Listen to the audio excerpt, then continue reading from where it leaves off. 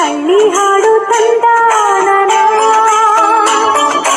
ಹಳ್ಳಿ ಪಾಡು ತರನಾನನ. ಅಯ್ಯೋ ಇದೇನು ಮಂಗ್ಲಕ್ಕ ಒಬ್ರೇ ಇದಾರಲ್ಲ ತೋಟದಕ್ಕ. ಶಿವಣ್ಣ ಎಲ್ಲೋದ್ರು? ಮಂಗ್ಲಕ್ಕ ಮಂಗ್ಲಕ್ಕ ಏನಿದು ಒಬ್ರೇ ಕೆಲಸ ಮಾಡ್ತಿದ್ದೀರಲ್ಲ, ಅಣ್ಣ ಎಲ್ಲೋದ್ರು? ಓ ರತ್ನಕ್ಕ ಬನ್ನಿ, ನಾನ್ ನೋಡ್ಲೇ ಇಲ್ಲ ನಿಮ್ನ. ಅವ್ರು ಕೆಳಗಡೆ ಹೋಗಿದ್ದಾರೆ, ಹಸುಗೆ ನೀರ್ ಕುಡಿಸ್ಬಿಟ್ಟು ಬರ್ತೀನಿ ಅಂತ. ಹೌದಾ, ನಾನು ಹೊಲದ ಕಡೆಯಿಂದ ಮನೆಗೆ ಹೋಗ್ತಿದ್ದೆ, ನೀವು ಒಬ್ರೇ ಇದ್ರಲ್ಲ ಅದಕ್ಕೆ ಬಂದೆ ಮಾತಾಡ್ಸ್ಕೊಂಡು ಹೋಗೋಣ ಅಂತ. ಬಂದ್ರೆ ಬಿಡಕ್ಕ, ನೀವ್ ಸಿಗೋದೇ ಅಪರೂಪ. ಕುತ್ಕೊಳ್ಳಿ, ಟೀ ಇದೆ ಕುಡಿಯೋಣ. ನಾನ್ ತೋಟಕ್ ಬಂದಾಗೆಲ್ಲ ಹೆಚ್ಚಿಗೆನೆ ಟೀ ತರ್ತೀನಿ. ಓ ರತ್ನ, ನೀನವ್ವ ಹೊಲದ ಹತ್ರ ಬಂದ್ಬಿಟ್ಟಿದೀಯಾ? ನಿನ್ ಯಜಮಾನ ಎಲ್ಲೋದ? ಅವರು ಮಗ್ಳು ಮನೆಗೆ ಹೋಗವ್ರೆ, ಇವತ್ ನೈಟ್ ಬಸ್ಗೆ ಬರ್ತಾರೆ. ಅದಕ್ಕೆ 2-3 ದಿನದಿಂದ ಕಾಣಿಸ್ತಿಲ್ಲ ಅವನು. ಏನಂಗ್ ಹೋಗವ್ನೆ ಇವಾಗ? ಹಬ್ಬ ಏನಾದ್ರೂ ಇತ್ತೇನೋ? ಇಲ್ಲ ಅಣ್ಣ, ತುಂಬಾ ದಿನ ಆಗಿತ್ತು ಹೋಗಿಲ್ವಲ್ಲ, ಅದಕ್ಕೆ ರೂಪನು ಅವರು ಹೋಗವ್ರೆ. ಬೆಳಿಗ್ಗೆ ಕಾವೇರಿ ಹೇಳಿದ್ಲು, ರೂಪ ಊರಿಗೆ ಹೋಗಿದ್ದಾಳೆ, ಕಾಲೇಜ್ಗೆ ಬರಲ್ಲ ಅಂತ. ಹೋಗೋದೇ ಅಪರೂಪ, ನೀವು ಹೋದಾಗ್ಲಾದ್ರೂ 2-3 ದಿನ ಇದ್ರೆ ಪಾಪ ಅವಳಿಗೂ ಖುಷಿ ಆಗುತ್ತೆ. ಮಂಗ್ಲಿ, ನೀನ್ ರತ್ನ ಜೊತೆ ಹೋಗು, ನಾನು ಇನ್ನೊಂದ್ ಸ್ವಲ್ಪ ಹೊತ್ತು ಹಸು ಮೇಯಿಸ್ಕೊಂಡು ಇದನ್ನೆಲ್ಲ ತಗೊಂಡ್ ಬರ್ತೀನಿ. ಕಾವೇರಿನು ಪುಟ್ಟನು ಬರ್ತಾರೆ, ಅವ್ರಿಗದೇನು ಮಾಡುವೆ ಹೋಗು.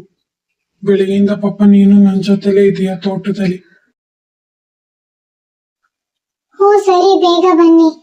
ರತ್ನಕ್ಕ ಹೋಗೋಣ ಬನ್ನಿ ನಾವು. ಡೈರಿ ಹತ್ರ ಯಾರು ಬರ್ತಾವ್ರೆ ಹಾಲು ತಗೊಂಡು?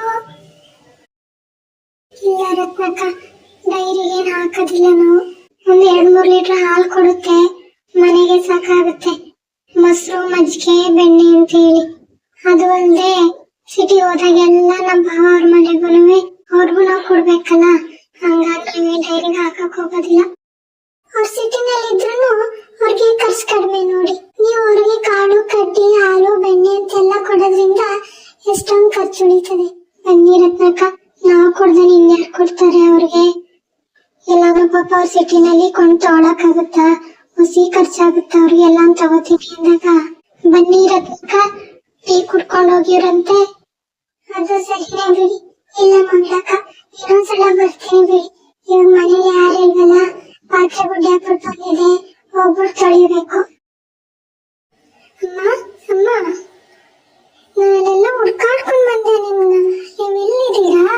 ಏನ್ ಮಾಡ್ತಿದ್ದೀರಾ ಇಲ್ಲಿ? ಆ ಕಾವೇರಿ ಮಂಗ್ಲೆ, ನಾನು ಇಲ್ಲಿ ಟಿವಿ ನೋಡ್ತಾ ಮುಳುಗೋಗಿದೆ ನೋಡು. ಇಷ್ಟೊಂದು ಲೇಟಾಗಿ ಬಂದ್ರಲ್ಲ, ಯಾಕೆ? ಏನಾಯ್ತು?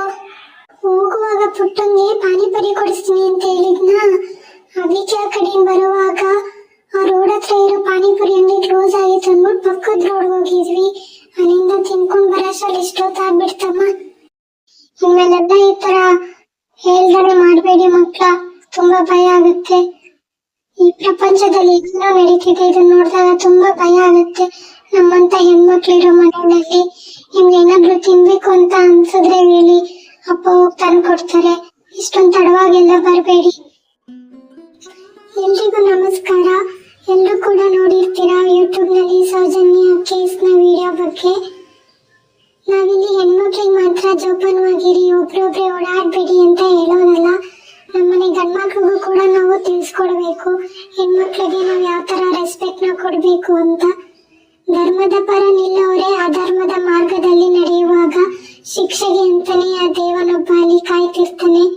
12 ವರ್ಷ ತಡವಾಗಿರ್ಬೋದು, ಆದ್ರೆ 12 ವರ್ಷಕ್ಕೆ ಸಿಗ್ಬೇಕಾಗಿರುವಂತ ತಕ್ಕ ಪ್ರತಿಫಲವಾಗಿ ಅವ್ರಿಗೆ ಶಿಕ್ಷೆ ಆಗೇ ಆಗುತ್ತೆ. ಇದು ಕಲಿಯುಗ. ನಾವು ಮಾಡಿದ್ದು ಪಾಪ ಕರ್ಮ ಎಲ್ಲ ಇಲ್ಲಿ ನಾವೇ ಅನುಭವಿಸ್ಬಿಟ್ಟು ಹೋಗ್ಬೇಕು.